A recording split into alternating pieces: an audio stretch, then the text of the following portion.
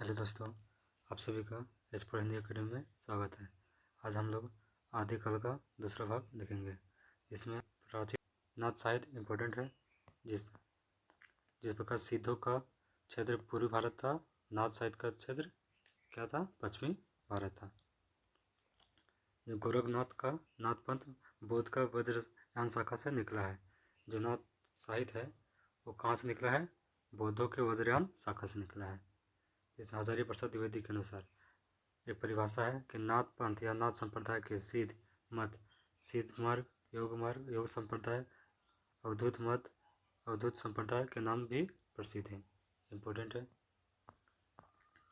इसमें हठ योगियों में हा का अर्थ है सूर्य और ठा का अर्थ है चंद्र। देखिए हठ योगी, हा मतलब सूर्य, ठा मीन्स चंद्र। जिसमें हिंदी साहित्य में षट चक्र वाला योग मार्ग गोरखनाथ ने चलाया। षट चक्र वाला योग किसने चलाया? गोरखनाथ ने। गोरखनाथ को नाथ साहित्य का आरंभकर्ता माना जाता है। यानी कि नाथ साहित्य का आरंभ कौन किया था? गोरखनाथ ने। गोरखनाथ का गुरु था मत्स्येंद्र नाथ। मत्स्येंद्र नाथ को मीननाथ और मच्छंद्रनाथ भी कहा गया है। मिश्र बंधुओं ने गोरखनाथ को हिंदी का प्रथम गद्य लेखक माना है। लेकिन हिंदी का प्रथम गद्य लेखक मिश्र बंधुओं ने किसे माना है? गोरखनाथ ने। राहुल सांकृत्यायन ने गोरखनाथ का समय 845 ईस्वी माना है। हजारी प्रसाद द्विवेदी ने 9वीं शताब्दी माना है और शुक्ल रामकुमार वर्मा ने 13वीं शताब्दी माना है। ठीक, इसका समय देख लीजिएगा। उसके बाद है हजारी प्रसाद द्विवेदी लिखते हैं कि शंकराचार्य के बाद इतना प्रभावशाली और इतना महिमान्वित भारतवर्ष में दूसरा नहीं हुआ। यानी कि शंकराचार्य के बाद कोई भी इतना प्रभावशाली नहीं हुआ जितना कि गोरखनाथ हुआ। भारतवर्ष के कोने कोने में उसके अनुयायी आज भी पाए जाते हैं। लेकिन नाथ संप्रदाय का अनुयायी आज भी पाया जाता है। भक्ति आंदोलन के पूर्व सबसे प्रभावशाली धार्मिक आंदोलन गोरखनाथ का भक्ति मार्ग ही था। गोरखनाथ अपने समय का सबसे बड़ा नेता थे। सबसे बड़ा नेता कौन थे? गोरखनाथ। पीताम्बर दत्त ब्रतवाल ने गोरखनाथ के 14 ग्रंथों को प्रमाणित करके उसका संपादन गोरखवाणी के नाम से किया है। ठीक, इसके बाद है इसमें आ जाएगा गोरखनाथ। गोरखनाथ में नाथों की संख्या कितना है? 9। ये तो पहले बता चुके हैं। कौन कौन सा है? नागार्जुन, जड़भरत, हरिश्चंद्र, सतनाथ, भीमनाथ, गोरखनाथ, चरपट, जलंधर और मजार्जुन। आदिकाल को परवर्ती संतों ने शिव माना है। आदिकाल को परवर्ती संतों है आदिक उसको शिव माना है। चरपटनाथ का पूर्ण नाम चरकानंद था। चरंगीनाथ गोरखनाथ के शिष्य और पुरन भगल के नाम से प्रसिद्ध हुए थे। इसमें नाथ और सिद्ध दोनों कैटेगरी में कौन आते हैं ये देखना। नागार्जुन, गोरखनाथ, चरपट और जलंधर, ये 4 व्यक्ति है जिसको सिद्ध साहित्य में और नाथ साहित्य में दोनों में गिना जाता है। और नागार्जुन है रासायनिक थे। लेकिन रसायन कौन थे? नागार्जुन। नाथ पंथ के जोगियों को कनपट्टा भी कहा जाता है। एक कनपट्टा किसको कहा जाता है? नाथ पंथ जोगियों को। और नाथ पंथ की भाषा सदुकड़ी थी। मत्स्येंद्र का वास्तविक नाम विष्णु शर्मा था। लेकिन मत्स्येंद्र नाथ था जो गोरखनाथ का गुरु था, उसका वास्तविक नाम था विष्णु शर्मा। इनकी लिखी संस्कृत ग्रंथ है काल ज्ञान निर्णय, जिसका संपादन प्रबोध चंद्र बागची ने किया है। नाथ साहित्य खत्म हो गया। अब रासो साहित्य। रासो साहित्य में रामचंद्र शुक्ल ने रासो साहित्य का विवरण को वीरगाथा काल के अंतर्गत रखा है। देखिए रासो साहित्य है, शुक्ल ने क्या कहा गया? वीरगाथा काल। शुक्ल के अनुसार वीरगाथा परंपरा के प्राचीन ग्रंथ बिसलदेव रासो में मिलता है। लेकिन वीरगाथा परंपरा का सबसे प्राचीन ग्रंथ कहाँ मिलता है? बिसलदेव रासो में, जिसके लेखक है नरपति नाल। रासो शब्द की व्युत्पत्ति, इसमें शुक्ल का याद कर लीजिएगा। शुक्ल ने रसायन शब्द से रासो ग्रंथ का वास्तविक नाम विष्णु शर्मा था। लेकिन मत्स्येंद्र नाथ था जो गोरखनाथ का गुरु था, उसका वास्तविक नाम था विष्णु शर्मा। इनकी लिखी संस्कृत ग्रंथ है काल ज्ञान निर्णय, जिसका संपादन प्रबोध चंद्र बागची ने किया है। नाथ साहित्य खत्म हो गया। अब रासो साहित्य। रासो साहित्य में रामचंद्र शुक्ल ने रासो साहित्य का विवरण को वीरगाथा काल के अंतर्गत रखा है। देखिए, रासो साहित्य है, शुक्ल ने क्या कहा गया, वीरगाथा काल। शुक्ल के अनुसार वीरगाथा परंपरा के प्राचीन ग्रंथ बिसलदेव रासो में मिलता है। देखिए, वीरगाथा परंपरा का सबसे प्राचीन ग्रंथ कहाँ मिलता है, बिसलदेव रासो में, जिसके लेखक है नरपति नाल। रासो शब्द की व्युत्पत्ति, इसमें शुक्ल का याद कर लीजिएगा। शुक्ल ने रसायन शब्द से रासो ग्रंथ की उत्पत्ति माना है, और हजारी प्रसाद द्विवेदी ने रासक शब्द से, जिसके लेखक है नरपति नाल। रासो शब्द की व्युत्पत्ति, इसमें शुक्ल का याद कर लीजिएगा। शुक्ल ने रसायन शब्द से रासो ग्रंथ की उत्पत्ति माना है, और हजारी प्रसाद द्विवेदी ने रासक शब्द से।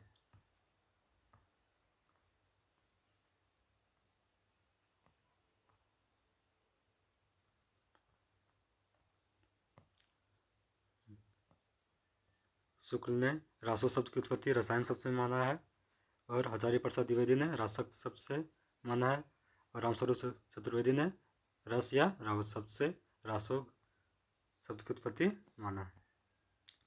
उसके बाद कौन कौन कुछ प्रमुख कवि और उसके रचना है। दलपति विजय, इसकी रचना है खुमान रासो। नरपति नाल, इसके महत्वपूर्ण रचना है बिसलदेव रासो। कब लिखा है, 1212 ईस्वी में। यह एक वीर गीत है। जगनिक का परमाल रासो, ये आला खंड में है। चंद्रबरदाई का पृथ्वीराज रासो, जिसमें 69 समय है, 69 सर्ग है। केदारनाथ भट्ट, ये जयचंद्र प्रकाश लिखा है। मधुकर भट्ट, ये जय मेघजस चंद्रिका लिखा है। सारंगधर, ये हमी रासो लिखा है। नल कवि, ये विजयपाल रासो लिखा है। और श्रीधर ने रणबल छंद लिखा है। शुक्ल ने लिखा है कि शुक्ल के अनुसार चंद्रबरदाई हिंदी का प्रथम महाकवि माना जाता है।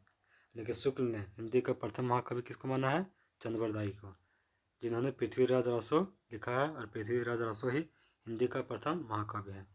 मिश्र बंधुओं ने लिखा है कि हिंदी का वास्तविक प्रथम महाकवि चंद्रबरदाई को ही कहा जा सकता है। यानी कि हिंदी का प्रथम वास्तविक महाकवि कौन है, चंद्रबरदाई।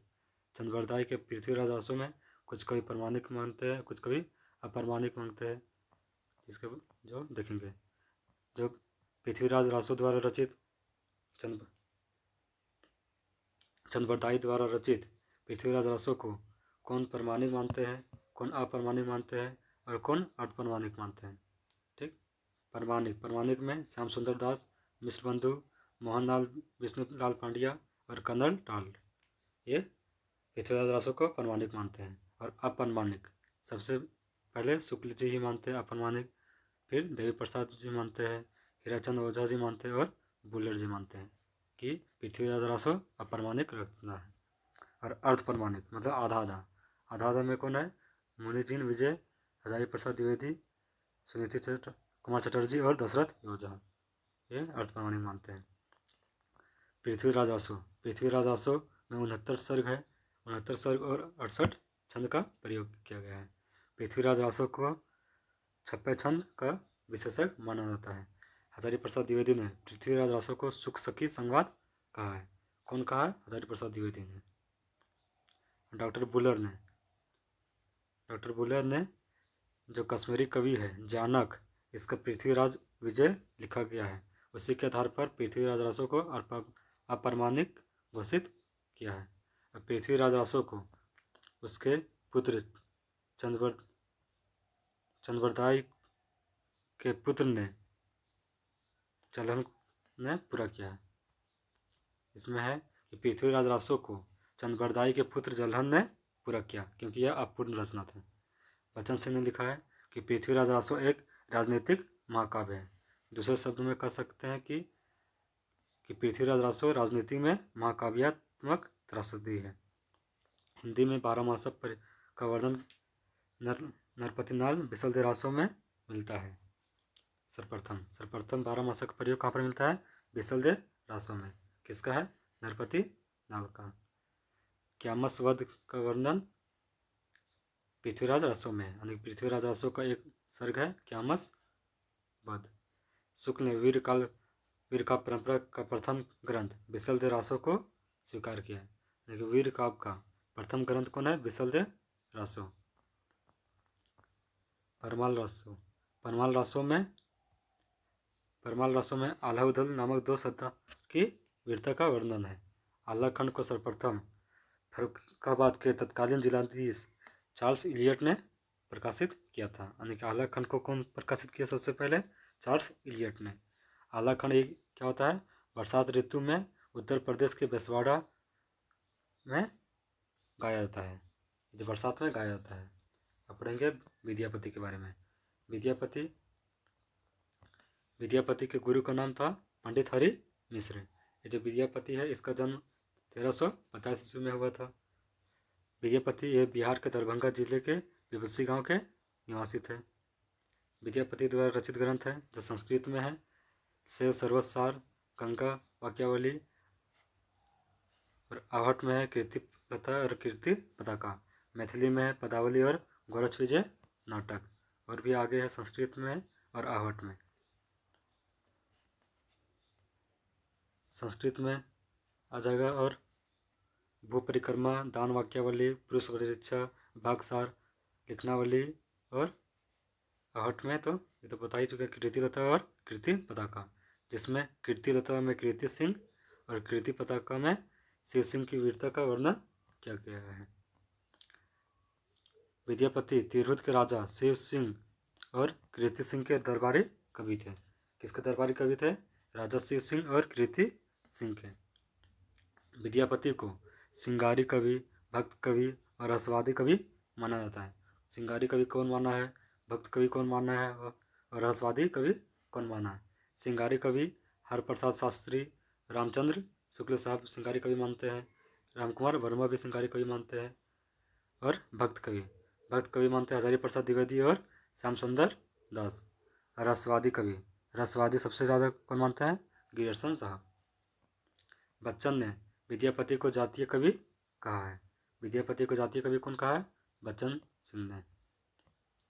हरप्रसाद शास्त्री ने विद्यापति को पंचदेव उपासक स्वीकार किया है। पंचदेव उपासक कौन है? विद्यापति। किसने माना है? हरप्रसाद शास्त्री ने। निराला ने पदावली के सिंगारिक पदों की मादकता को नागिन की लहर कहा है। हजारी प्रसाद द्विवेदी ने सिंगार रस के सिद्ध वाक कवि कहा है। विद्यापति को हजारी प्रसाद द्विवेदी क्या कहते हैं? सिंगार रस के सिद्धवाक कवि। शुक्ल ने विद्यापति के बारे में लिखा है कि आध्यात्मिक रंग के चश्मे आजकल बहुत सस्ते हो गए हैं। उन्हें चढ़ाकर आजकल जैसे कुछ को लोगों ने गीत गोविंद को आध्यात्मिक बता दिया गया, उसी प्रकार विद्यापति के इस पदों को भी आध्यात्मिक बता दिया गया है, क्योंकि शुक्ल जी उनको क्या मानते थे? सिंगारिक कवि, भक्त कवि नहीं मानते हैं। जो विद्यापति है शैव संप्रदाय के कवि थे। विद्यापति किस संप्रदाय के कवि थे? शैव संप्रदाय के। विद्यापति ने कीर्ति लता की रचना भ्रंग भृंगी संवाद के रूप में की है। जो कीर्ति लता की रचना किस संवाद में हुआ है? भ्रंग भृंगी संवाद में। कीर्ति लता से एक महत्वपूर्ण पंक्ति है कि देसिल बहुना सब जन मिठा, तेते सन जपो अवहट्ठा। ये इंपॉर्टेंट है, ये देख लीजिएगा। उसके बाद है अमीर खुसरो का जन्म हुआ था 1253 ईस्वी में। इनका वास्तविक नाम था अबुल हसन। अमीर खुसरो के शिष्य के नाम थे निजामुद्दीन औलिया, और अमीर खुसरो को खड़ी बोली का आदि कवि कहा जाता है। अमीर खुसरो ने दिल्ली के सिंहासन पर 11 राजाओं का शासन देखा था। कितने राजाओं का? 11 राजाओं का। ईश्वरी प्रसाद ने अमीर खुसरो को महाकवि या कवियों में राजकुमार की संज्ञा दिया है। क्या संज्ञा दिया है? राजकुमार की संज्ञा। कौन? ईश्वरी प्रसाद ने। अमीर खुसरो द्वारा रचित ग्रंथों की कुल संख्या लगभग 100 बताई गई है, जिसमें खालिकबारी, पहेलिया, मुकरिया, दो सुकने, गजल ये महत्वपूर्ण है। खुसरो के पहेलिया और मुकरियों में उक्ति व चित्र की प्रधानता मिलती है। जैसे पहेलिया है, एक थाल मोती से भरा, सबके सिर औंधा धरा, चारों ओर थाली फिरे, मोती एक न गिरे। क्या है? आकाश। लौकिक साहित्य। लौकिक साहित्य में ढोला मारूला दुहा, ये 11वीं शताब्दी इसका समय है, एक प्रसिद्ध काव्य है। ढोला मारूला दुहा एक दोहा छंद में रचित है, जो कौन लिखा है? कवि कल्लोल ने। उसके बाद अपभ्रंश के 3 प्रकार होते हैं। कौन सा होता है? दोहा बंद, पदड़िया और गेबंद। हजारी प्रसाद द्विवेदी ने दोहा या दोहा को अपभ्रंश का अपना छंद माना है। अपभ्रंश का अपना छंद कौन है? दोहा या दोहा।